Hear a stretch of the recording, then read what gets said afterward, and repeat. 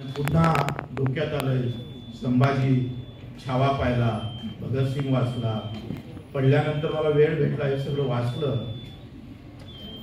तेव्हा त्यांनी हार जीत हा विषयच नव्हता हो.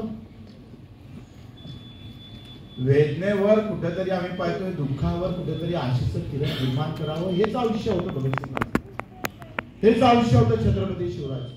कुठं हार जीत होती. 23-25 किल्ले गेल्यानंतर छत्रपती थांबले नाही. आपण एकटा पडलं म्हणून थांबायचं का? आता खरी लढाई सुरू करायची आहे, ते आपण करतो आणि अतिशय जबरदस्त करतोय.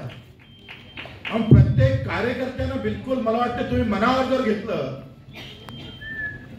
तर ही लढाई अतिशय मजबूत आणि मोठी होईल.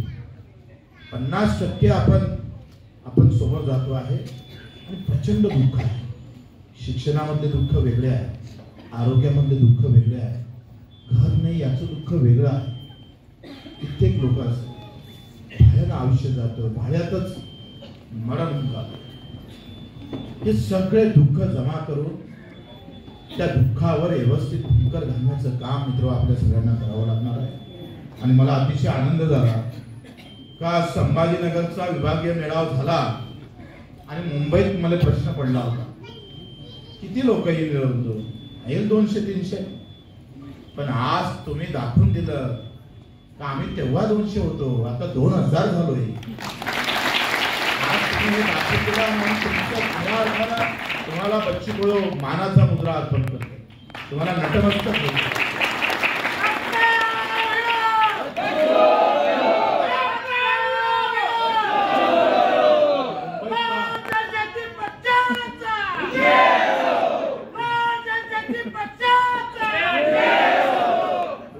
त्याला एक पुरस्कार दिला,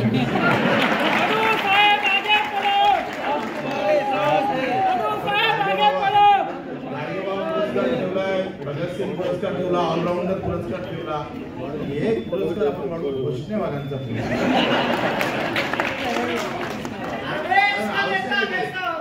याच्यामध्ये जे काही छान आणण्याचं काम करत आहे लहान गोष्ट थोडी आहे.